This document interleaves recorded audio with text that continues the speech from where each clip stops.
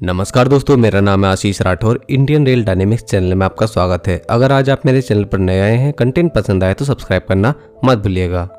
दोस्तों, आज है 9 सितंबर 2023। आज हमारा भारत पहली बार G20 सम्मेलन की अध्यक्षता कर रहा है और दिल्ली में ये बहुत बड़ी मीटिंग चल रही है जो कि आज और कल चलने वाली है। बहुत बड़े बड़े फैसले लिए जाएंगे दुनिया को लेकर के और भारत का इसमें बहुत बड़ा योगदान रहने वाला है।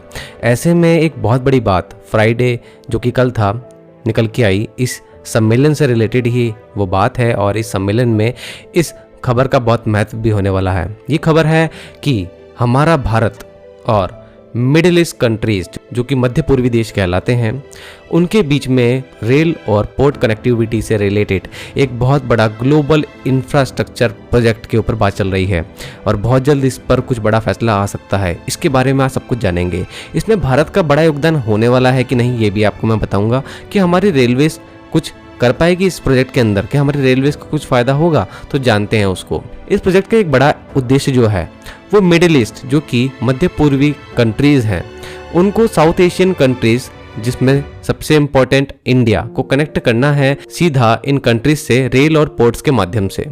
और फर्दर आगे यूरोप जो कि मिडिल ईस्ट कंट्रीज के थ्रू जुड़ जाएगा हमारे भारत से, वो भी इस रेल एंड पोर्ट कनेक्टिविटी का फायदा उठा पाएगा और हम भी यूरोप से अच्छे से जुड़ पाएंगे। तो ऐसे में दोस्तों कुछ छोटे से रीजन आपको बताता हूँ जो कि यूएसए की तरफ से बताए गए हैं इस प्रोजेक्ट को लेकर के। अब इसमें अमेरिका का क्या रोल है वो आगे आपको बताऊंगा।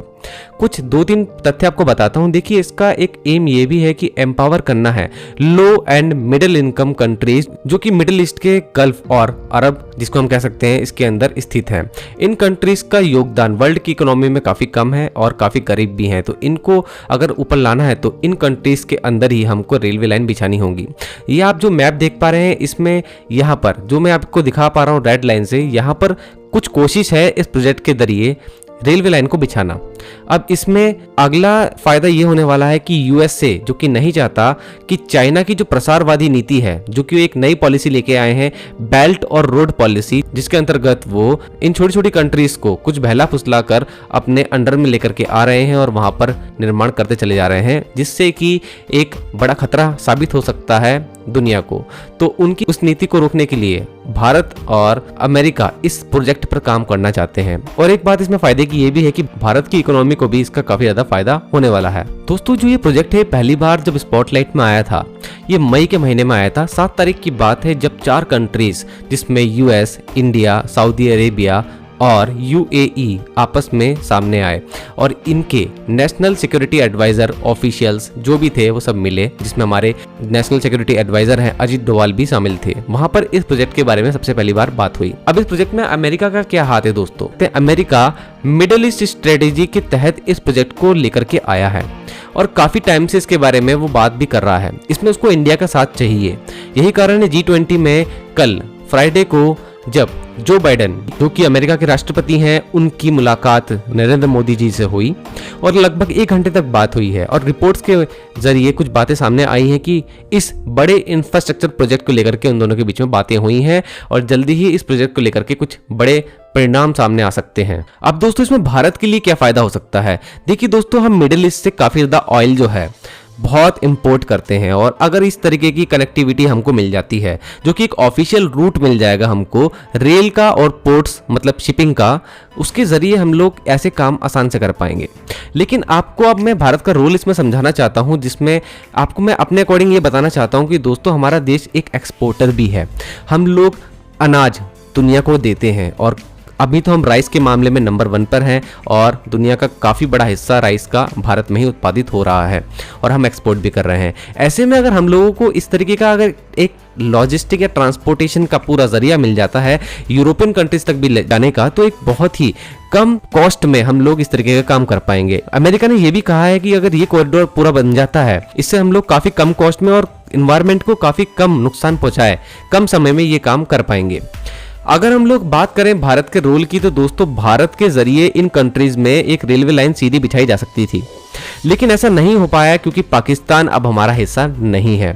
अगर हमारा भारत पहले जैसा होता तो हम लोग ये आराम से कर पाते, लेकिन पाकिस्तान के बजाय हम लोग समुद्र के रास्ते ये काम कर सकते हैं। तो ऐसे में भारत अब इस चीज के लिए बिल्कुल तैयार है। ऐसा मैं इसलिए कह पा रहा हूं दोस्तों, क्योंकि भारत के अंदर भी अब वो कॉरिडोर मौजूद है जो अभी बड़े बड़े देशों में थे, चाइना में, यूरोपियन कंट्रीज में और अमेरिका में, जो थे फ्रेट कॉरिडोर, जिनके जरिए वहां की इकोनॉमी आज बहुत बड़ी बन पाई है। तो हमारे देश में भी बड़े फ्रेट कॉरिडोर पर काम चल रहा है, ईस्टर्न डेडिकेटेड फ्रेट कॉरिडोर और western dedicated freight corridor. Eastern dedicated freight corridor जो कि पंजाब के लुधियाना से शुरू होकर बंगाल के डानकुनी तक जाएगा, 1875 किलोमीटर का है, और 1504 किलोमीटर का हमारा वेस्टर्न डेडिकेटेड फ्रेट कॉरिडोर है, जो कि दादरी और हरियाणा के रेवाड़ी से होता हुआ सीधा मुंबई के जेएनपीटी पोर्ट में जाएगा वाया गुजरात होते हुए। और यहाँ पर बहुत बड़ी है, आपको एक कनेक्टिविटी मैं बताना चाहता हूँ। और आप अगर मेरे चैनल से जुड़े रहते हैं तो आप लोगों को समझ में आ जाएगा कि ईडीएफसी का काम जो ट्रैक बिछाने का है अब बहुत जल्दी पूरा होने वाला है, क्योंकि 1337 किलोमीटर 1337 किलोमीटर का ईडीएफसी का काम बिहार के सोननगर से लेके पंजाब के लुधियाना तक हो चुका है। और अगर इसमें बात करूं जो काम रह गया है, वो 538 किलोमीटर का जो एक काम है बिहार के सोननगर से बंगाल के डानकुनी का है। इसकी अभी हाल ही में मैंने अपडेट आपको दी है कि इस पर काम शुरू होने वाला है, और इसके काम होते ही हमारा इस बड़े इंफ्रास्ट्रक्चर प्रोजेक्ट जो कि यूएस और इंडिया करने वाले हैं, इसमें योगदान मैं बता देता हूं। बंगाल की खाड़ी के पास जितने भी बड़े पोर्ट हैं दोस्तों, वो सभी कनेक्ट हो जाएंगे हमारे इस ईस्टर्न डेडिकेटेड फ्रेट कॉरिडोर से। और ऐसा ही कुछ काम वेस्टर्न डेडिकेटेड फ्रेट कॉरिडोर में भी हो गया है, जिसमें ये काम हो भी चुके हैं कनेक्टिविटी के। दादरी रेवाड़ी से होता हुआ ये फ्रेट कॉरिडोर आज सानंद और मकरपुरा तक पहुंच चुका है। जल्दी ही मुंबई के जेएनपीटी पोर्ट तक भी कनेक्ट हो जाएगा 2024 के मिड तक। और इससे पहले हम पालनपुर से होते हुए 3 बड़े पोर्ट्स को कनेक्ट कर चुके हैं, मुंद्रा पोर्ट, पिपावव पोर्ट और कांडला पोर्ट। और इन पोर्टों की कनेक्टिविटी से आप लोग समझ जाएंगे, हम अगर मिडिल ईस्ट से कोई भी व्यापार करेंगे तो शिपिंग के जरिए इन्हीं पोर्ट पर सामान आएगा, क्योंकि यही सबसे नजदीकी पोर्ट है। और यहां से सीधा हमारी रेलगाड़ी चल पड़ेगी हमारे देश में और विभिन्न हिस्सों में फ्रेट कॉरिडोर के माध्यम से, बिना किसी अड़चन के, बहुत फास्ट। और हमारे देश के विभिन्न हिस्सों में जो भी सामान हम लोग लेते हैं बाहर के देशों से, वो ऐसे आ जाएगा। और हम जो भी सामान बाहर के देशों में एक्सपोर्ट करेंगे, आगे जाकर के हम जो एक्सपोर्ट बढ़ाने वाले हैं, वो भी इस फ्रेट कॉरिडोर के माध्यम से, इन रेलगाड़ियों के माध्यम से सीधा चले जाएगा मिडिल ईस्ट कंट्रीज और फिर बाद में इनके द्वारा यूरोपियन कंट्रीज में। और दोस्तों अभी तक जितना भी G20 का मैंने समारोह देखा है, इसमें मैंने एक चीज ये देखी है कि हमारा देश आसियान कंट्रीज को भी एम्पावर करना चाहता है। और आसियान कंट्रीज के साथ अगर हम लोगों को ट्रेड बढ़ाना है तो हम लोग बड़े प्रोजेक्ट पे काम भी कर रहे हैं। बांग्लादेश से सीधी कनेक्टिविटी के लिए 15 किलोमीटर की अगरतला अखोरा लाइन को भी हम पूरा कर रहे हैं, और चाइना की प्रसारवादी नीति को यहां पर टक्कर भी दे रहे हैं। तो यहां पर फ्रेट कॉरिडोर का, ईस्टर्न डेडिकेटेड कॉरिडोर का बहुत बड़ा पार्ट आ जाता है। और यहाँ के द्वारा भी हम आसियान कंट्री से जो भी ट्रेड होगा वो भी डेडिकेटेड फ्रेट कॉरिडोर के माध्यम से सीधा वेस्टर्न डेडिकेटेड फ्रेट कॉरिडोर के पोर्ट्स तक ले जा सकते हैं। मतलब आसियान कंट्री को भी हम फायदा पहुंचा सकते हैं अपने इस रेलवे नेटवर्क से। और ऐसे हम लोग चाइना को यहाँ पर एलिमिनेट कर पाएंगे और ट्रांसपोर्टेशन जो है वो इंडिया के माध्यम से ही हो पाएगा। और अब इस ग्लोबल इंफ्रास्ट्रक्चर प्रोजेक्ट के बारे में एक अच्छी खबर और है दोस्तों, जो हम मिडिल ईस्ट कंट्रीज में, जहां पर अभी बहुत ही कम रेलवे लाइन मौजूद है और फ्रेट लाइंस तो बहुत ही ना के बराबर हैं, तो इन फ्रेट कॉरिडोर्स को बनाने के लिए या फिर रेलवे लाइन को बिछाने के लिए बताया जा रहा है कि यूएसए भी ये चाहता है कि इंडिया की एक्सपर्टीज का यूज हो। मतलब कि इंडिया की कुछ ऐसी कंपनीज जैसे कि आरवीएनएल जो कि हमारी एक गवर्नमेंट कंपनी है, और इरकोर इंटरनेशनल जो कि गवर्नमेंट कंपनी है और इंटरनेशनल प्रोजेक्ट भी करती है रेलवे और इंफ्रास्ट्रक्चर के क्षेत्र में। एल&टी ये तो बहुत बड़े प्रोजेक्ट करती ही है, और साथ में राइट्स जैसी कंसल्टेंसी कंपनियां भी, ये कंपनीज जो हैं अपनी एक्सपर्टीज दिखा सकती हैं वहां पर अगर कोई भी डील साइन होती है इस प्रोजेक्ट के अंतर्गत। तो आप लोगों को क्या लगता है दोस्तों, ये प्रोजेक्ट होना चाहिए कि नहीं होना चाहिए?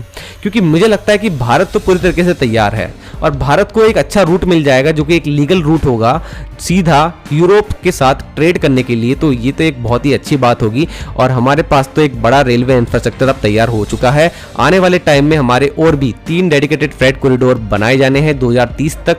इनके ऊपर भी फिजिकल काम होता आपको दिखेगा। तो इस प्रोजेक्ट के रिलेटेड अच्छी जानकारी अगर मिलती रहेगी तो आपको बताता रहूंगा, इसलिए चैनल को सब्सक्राइब जरूर से कर लेना। आज के लिए इतना ही। वंदे मातरम। भारत माता की जय।